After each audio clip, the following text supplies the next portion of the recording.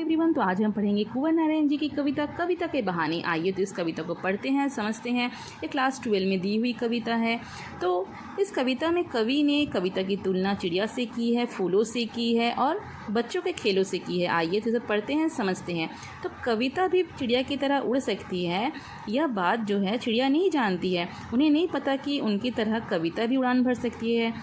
तो कवि कल्पना के माध्यम से कविता की उड़ान कहीं भी कर सकते हैं। कविता एक उड़ान है चिड़िया के बहाने। कविता की उड़ान भला चिड़िया क्या जाने, बाहर भीतर इस घर उस घर। कविता के पंख लगा उड़ने के माने, चिड़िया क्या जाने। तो कविता भी चिड़िया की तरह उड़ सकती है। यह बात जो है चिड़िया को कैसे पता चल सकती है। कविता की तो एक उड़ान की अनंत सीमा होती है, लेकिन चिड़िया की एक निश्चित सीमा होती है।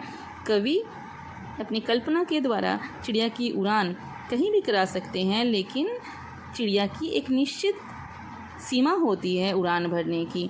तो इस बात को इस कविता में हमें दिखलाया गया है।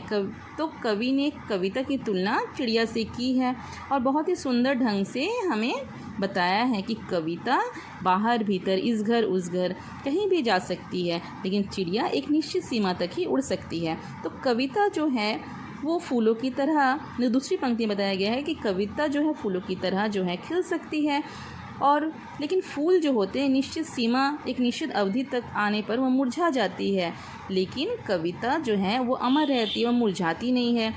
कविता जो है बच्चों की तरह है। इस कविता में दिखाया गया है कि बच्चों की तरह वो बाहर भीतर कहीं भी जा सकती। जैसे बच्चे घर में खेलते हैं, बाहर खेलते हैं, बहुत ही मज़े करते हैं, उस तरह कविता भी कहीं भी जा सकती है, बच्चों की खेल की तरह है।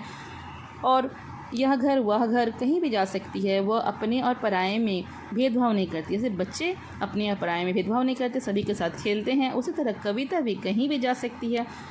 तो अगर